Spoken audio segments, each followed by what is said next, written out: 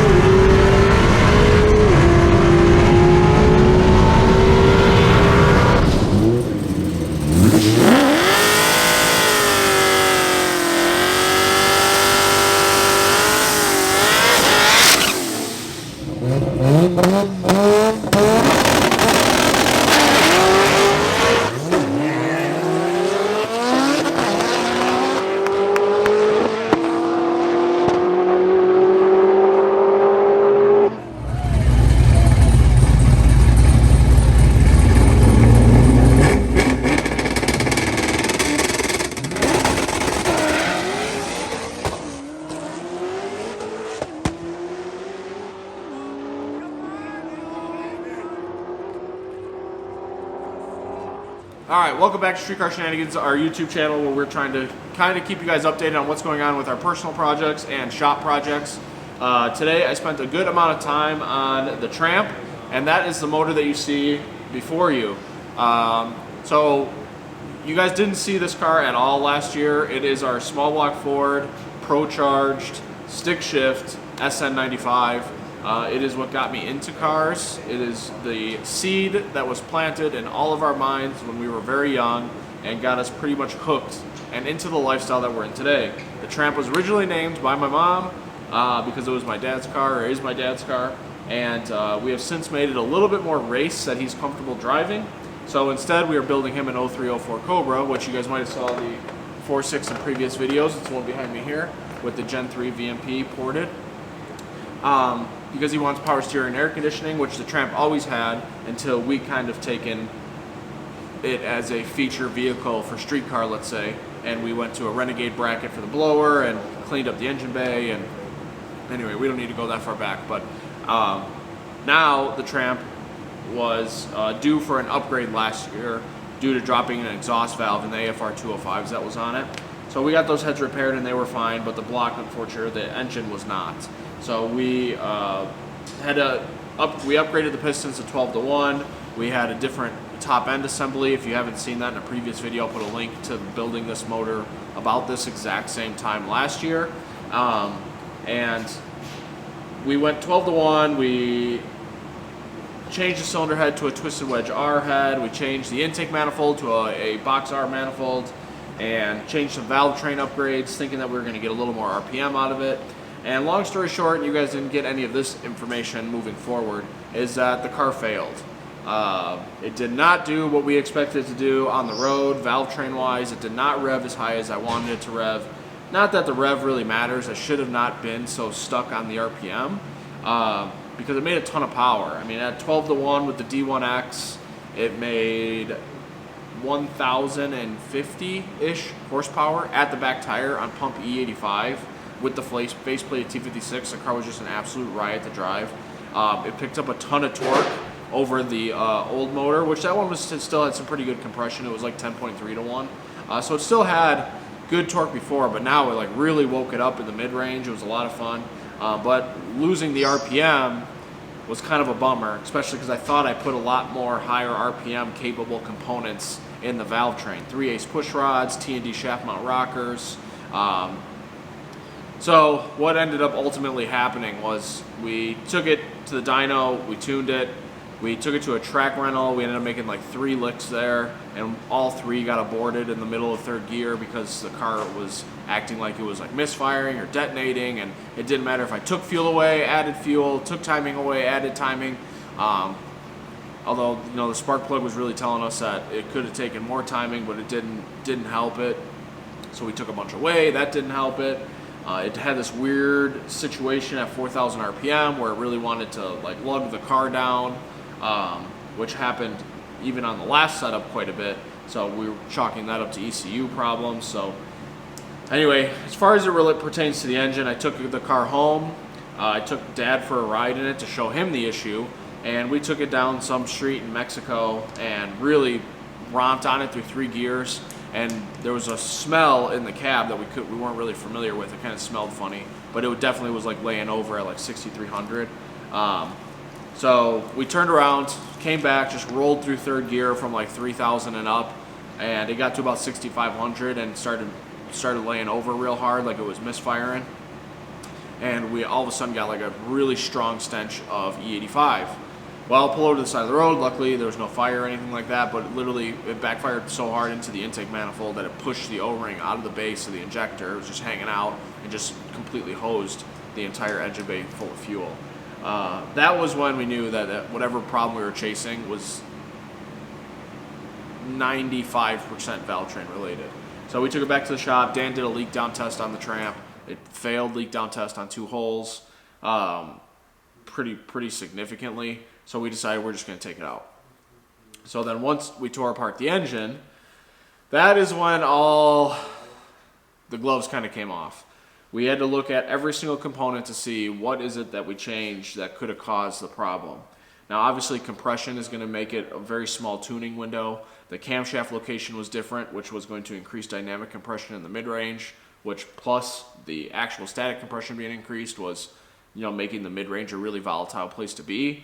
That 4,000 RPM issue was right in the middle of all that, so all of that could have compounded to be one problem in and of itself. The other problem was that once we took the cylinder heads that were supposedly fresh and inspected those further, those were actually a huge issue as well. So a couple problems. Let's start with the cylinder head. So a cylinder head is a twisted wedge R head. You guys saw it in the last video. If you didn't, go check it out. But it's a badass cylinder head. It's got canted valve, very slightly offset valves. It's got like a couple degrees built into them for airflow.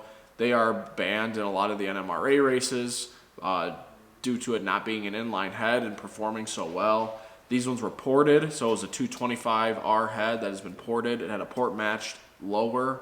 It's a super trick setup. However, we started looking at some of the closure things. 1, the valve job was terrible. 2, the valve springs all measured at different weights at the same installed height. So they were all over the board as far as what was reliable, what wasn't. They were just fatigued. They had titanium retainers on them. All of those were all chewed up with very clear signs of valve flow. The spring rate was actually decent on a few of them. So when I got the heads flow tested a few years back when I bought them, they tested at like 200 200 closed and like 500 open, which is desirable. However, we've learned that there's more to it than just seat pressure for getting these cars to RPM. It doesn't matter if it's a small Ford, the mod motor stuff. Some other parameters are important as far as like install height, distance from coil binds, actual weight of the valve train and what you got going on, lifter preload. So all of those things were a factor. And when we started looking at some of the machine work on the heads, it just didn't add up to what we thought we were getting when we bought them. So we sent those down to Rich at RGR and said, hey, this is what we're working with on these. He set us up on those, really went through them really closely, knew what we're trying to do with the Tramp, and got those finished for us. Put a fresh deck surface on it. We came up with a valve spring package and a way to get a reliable hydraulic roller spring that wasn't going to have too much seat pressure, but also make sure that it had the proper install height. We had to put this huge spacer in the pocket of the valve spring, which is typically used for a big block Chevy exhaust rotator. So like tons of stuff that did not have before, that was a good indication that the heads were probably causing a misfire problem. I mean, it was misfiring so bad it had black tracking on 4 cylinders, like it pushed the head gas, like it was hurting the head gasket. So the misfires were very substantial. I guess the main thing to go off of on that is valve spring oscillation, which if you don't know anything about that and you're a nerd like we are, spend a few hours on YouTube and you'll find it. Spintrons, people testing it, and I think that was what we were running into as far as the cylinder head is concerned. I don't think the cam location helped the misfire situation because it was trying to increase dynamic compression so much, so that's something that's going to be changed.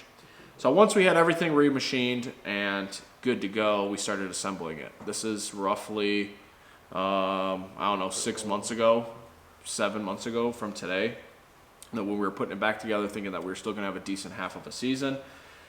And we got it to exactly this point 7-8 months ago.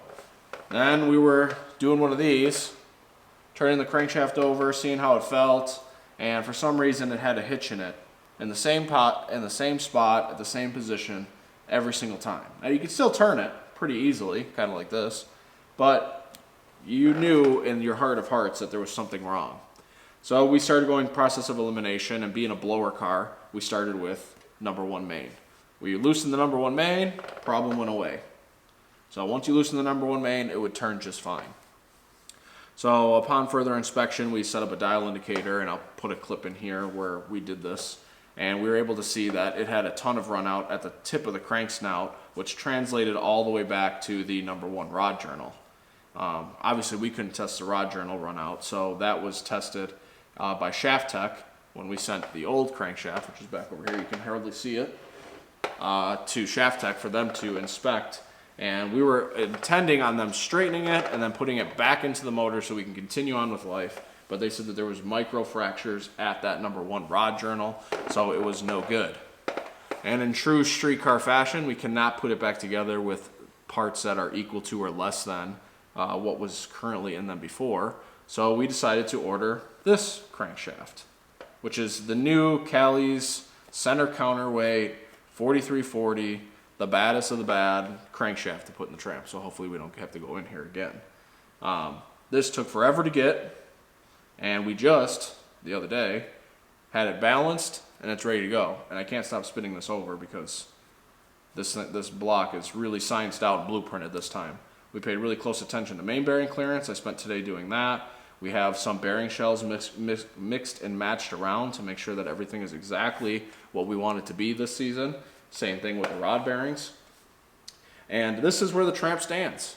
So it's been down all year because it had some kind of problem last year, and now we're changing literally everything to do with anything, and we'll see if that problem gets cleared up this year. So along with this, something we were discussing when we were talking with everybody that's involved with the Tramp program, which is RGR Engines, Rich Grow, so thanks a lot to him. If he's watching this video, I don't know if you watch it, thank you, Rich, for everything that you do for us. Mark and Wea at MJE is also a big part of our Tramp program, so thank you, Mark. And both of them said that with what we're trying to do with this little streetcar, we should probably consider upgrading the rods this year. So we happened to look, and it was kind of in the 9th inning. We already had the crank, and we're getting ready to balance it. And we just looked up through one of our warehouses, and they had these, which is a Oliver I-beam rod, billet steel. So this is a nice upgrade from the Ohio crankshaft H-beam that was in it. So this is, I don't know if I would say the best I-beam. You know, maybe it'd be arguable that Cali's is maybe the best I-beam, but it's definitely substantially better. It actually weighs the same, so we didn't gain anything. It was like 6 ounces more, or 6 grams more.